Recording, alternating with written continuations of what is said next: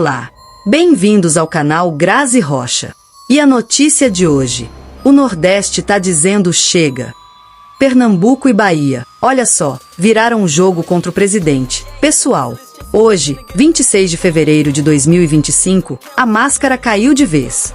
A pesquisa Quaes escancarou que muita gente já sabia. O governo Lula tá afundando, e até o Nordeste, o famoso reduto petista. Vamos destrinchar essa bomba, porque o recado é claro: esse governo é ruim, muito ruim mesmo. Vamos ao vídeo de hoje, mas antes inscreva-se no canal, curte, compartilha e deixa seu comentário respondendo a seguinte pergunta: o que você acha do governo do Anelídio?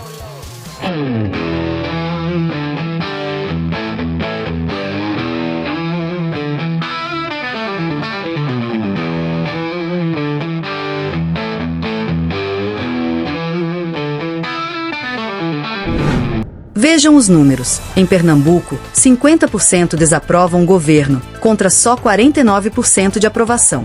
Na Bahia, pior ainda, 51% rejeitam, enquanto 47% ainda tentam defender o indefensável. Pela primeira vez, a reprovação passou na frente nesses estados. Isso não é só uma queda, é um tombo histórico. O Nordeste, que deu 67% dos votos pro Lula em 2022, agora tá percebendo, antes tarde que nunca, o engodo que é esse governo. E sabe por quê? Porque esse governo é um fiasco total. E não é só a gente que tá vendo esse desastre. A UOL já tá botando o dedo na ferida. Gente, o Josias, mesmo com cara de enterro, precisou admitir o fiasco do governo, mostrando como esses números são a prova de um governo que não entrega nada. Vamos conferir o que os jornalistas estão falando nesse corte direto ao ponto. O que preocupa é a formação de uma paisagem, né, Fabíola? Vai se consolidando uma paisagem diferente. E a paisagem nova exige uma lenta acomodação ótica, né? Só começa a existir depois de incontáveis olhares. E a quantidade de pesquisas atestando o aumento da taxa de desaprovação do governo, uma puxando a outra, uma atropelando a outra, vai transformando o derretimento do Lula num hábito visual. Essa nova sondagem da Quest, que foi feita, como você realçou, Fabíola, em 8 estados, ela reforça a percepção de que o antilulismo vai ser o pano de fundo de 2026. Quer dizer, a desaprovação de Lula ultrapassou a marca de 60% nos 3 maiores colégios eleitorais do país. São Paulo, Minas, Rio. Você lembrou, Fabíola, que esses estados juntos, eles representam 62% do eleitorado nacional. Não é pouca coisa. E, a mais, o Lula já é reprovado por metade do eleitorado da Bahia, de Pernambuco. E a pior, no instante em que o Lula serve ao país mais do mesmo, a maioria dos entrevistados cobra dele um governo diferente. Então, em 2018, com o Lula na cadeia, o Bolsonaro chegou ao Palácio do Planalto cavalgando o antipetismo e um conservadorismo neandertal. Em 2022, o Lula subiu a rampa pela terceira vez, impulsionado por uma frente ampla anti-Bolsonaro. Na antessala de 2026, com o Bolsonaro agora a caminho da prisão, o fator democrático ele ficou gasto. E o antilulismo se consolida como uma espécie de terreno baldio à espera de um líder conservador que seja capaz de ocupá-lo. E o Tarcísio de Freitas, que é o primeiro na fila do conservadorismo, ele emerge dessa pesquisa, Quest, como um adversário competitivo. Ele vence o Lula em São Paulo, em Goiás, no Paraná, perde na Bahia e em Pernambuco e empata em Minas, no Rio de Janeiro e no Rio Grande do Sul. E a pesquisa mostra que o Tarcísio ainda é um personagem desconhecido, ele tem potencial para crescer. O Lula, ao contrário, é ultra conhecido, é presidente pela terceira vez, né? Então, o que falta ao Tarcísio, além de uma certa coragem, é uma disposição mesmo para ocupar o terreno que ficou baldio com a ausência do Bolsonaro, né? E ele precisa ocupar com alguma coisa mais civilizada, com algum projeto de país, algo que o brasileiro não identifica hoje em torno do Lula, no governo Lula, na gestão do Lula, né? Então, o que essa pesquisa mostra, Fabíola, é que a paisagem vai se solidificando.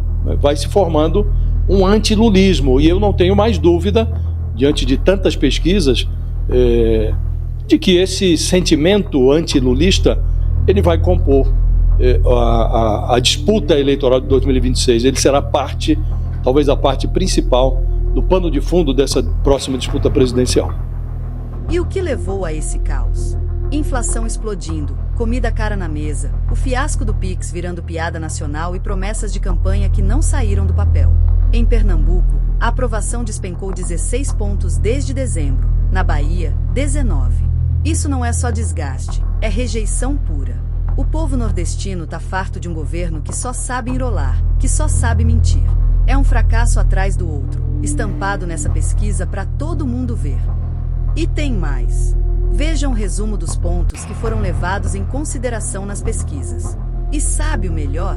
O desespero dos jornalistas, que parecem mais estarem transmitindo algo fúnebre, o que não deixa de ser, na realidade. O que explica é que o governo Lula não conseguiu ainda cumprir as promessas do candidato Luiz Inácio Lula da Silva na campanha de 2022. É isso que explica. Ou seja, o eleitorado esperava que se cumprissem as promessas, e essas promessas não estão sendo cumpridas. Significa que o Lula já perdeu a eleição de 2026? Não, não significa. Ele ainda pode virar o jogo, mas para virar o jogo vai ter que mudar muita coisa. Primeiro, fazer a economia dar certo, conseguir segurar o preço segurar a inflação e especialmente o preço dos alimentos. Outra questão é o seguinte: eu já vi um quadro semelhante, muito semelhante, na época da Dilma Rousseff. Houve todo um quadro contra ela, especialmente da Faria Lima, e deu no que deu. A Dilma acabou sofrendo impeachment.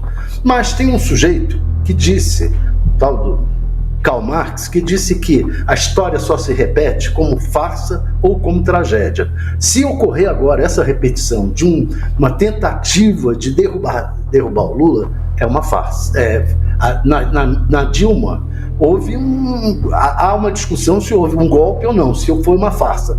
Agora, eu temo que para o país seja uma tragédia. Então, espero que não seja por aí a situação do momento. A pergunta que a Quest faz, e essa sensibilidade do brasileiro, essa percepção do brasileiro, o que está dando errado, né? O Brasil tá indo na direção certa, o Brasil está indo na direção errada, e é interessante ver aqui o que eles respondem, né? Por exemplo, em São Paulo, 67% dos entrevistados acham que o Brasil está indo na direção errada, e assim vai quase todos os estados, a grande maioria fala que está indo na direção errada. E aí, nos próximos 2 anos, Lula deve fazer um governo igual ou diferente? Todos eles falam diferente, a grande maioria, né? O percentual maior fica até no Rio Grande do Sul, 88%. Tem que ir diferente, não pode fazer igual, tem que ser diferente do que está fazendo. Então, formou-se um cenário de percepção negativa em relação à economia, né? E o Lula, politicamente, ele está fornecendo mais do mesmo. Ele se acomodou ao Centrão. Na campanha ele disse que enfrentaria o Centrão, e ele, ao assumir, verificou-se que ele não tem condições de enfrentar o Centrão. O ambiente é completamente diferente daquele que existia nos 2 primeiros mandatos do Lula. O Lula,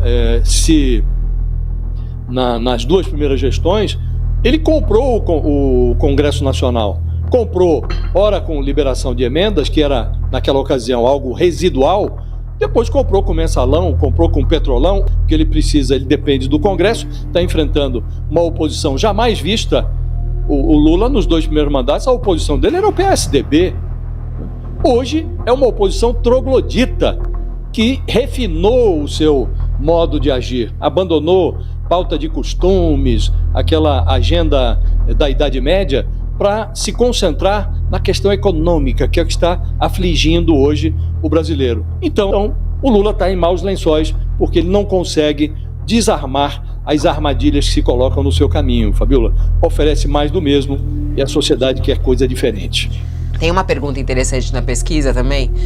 Qual é o problema mais grave que o seu estado enfrenta hoje? A questão da segurança vai ser muito complicada, porque é complicado vai precisar de uma ação conjunta com os estados, e ao que parece, os governadores não estão muito interessados numa ação conjunta com o governo federal. O governo federal editou mandou para o Congresso uma PEC, proposta de emenda constitucional, e os governadores estão resistindo a essa PEC. Então, isso é um problema. Então fica o recado. Galera, a pesquisa Quaes de hoje é o grito do Nordeste contra um governo podre, um tapa na cara do PT e um combustível para a oposição. Esse é o momento de botar pressão, de mostrar que o Brasil merece mais do que esse desastre. Até a próxima, com mais verdades para jogar na mesa.